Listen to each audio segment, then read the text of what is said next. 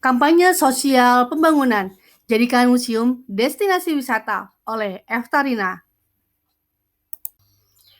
Halo, berjumpa lagi dengan saya Eftarina dari Prodi Komunikasi PJJ Universitas Siber Asia. Kali ini saya akan membawakan kampanye sosial pembangunan.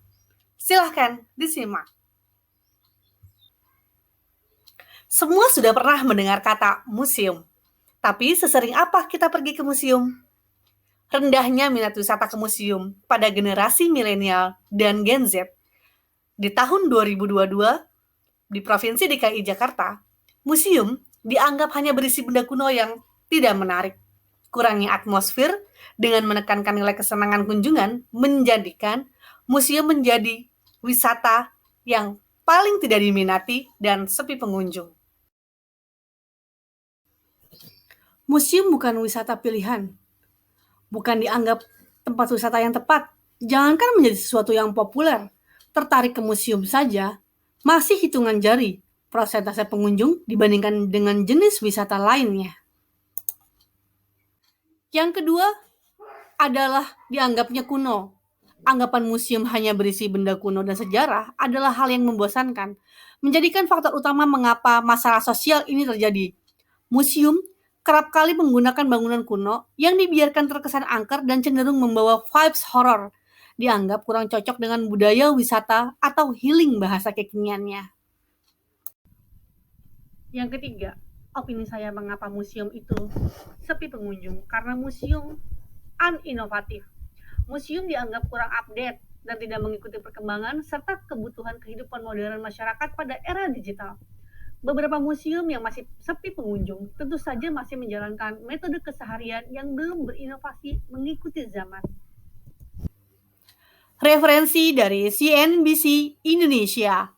Museum seharusnya menjadi sarana untuk bisa meningkatkan pemahaman dan penanaman nilai-nilai luhur budaya bangsa kepada masyarakat. Melalui adanya museum, masyarakat diharapkan dapat memahami nilai-nilai luhur sejarah bangsa di masa lalu yang dapat diterapkan di masa sekarang.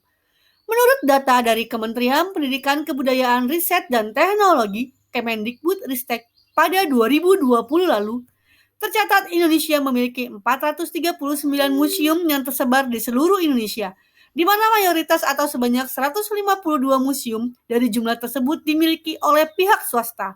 Meskipun jumlah museum di Indonesia cukup banyak, namun peminat kunjungan ke museum di Indonesia menurun.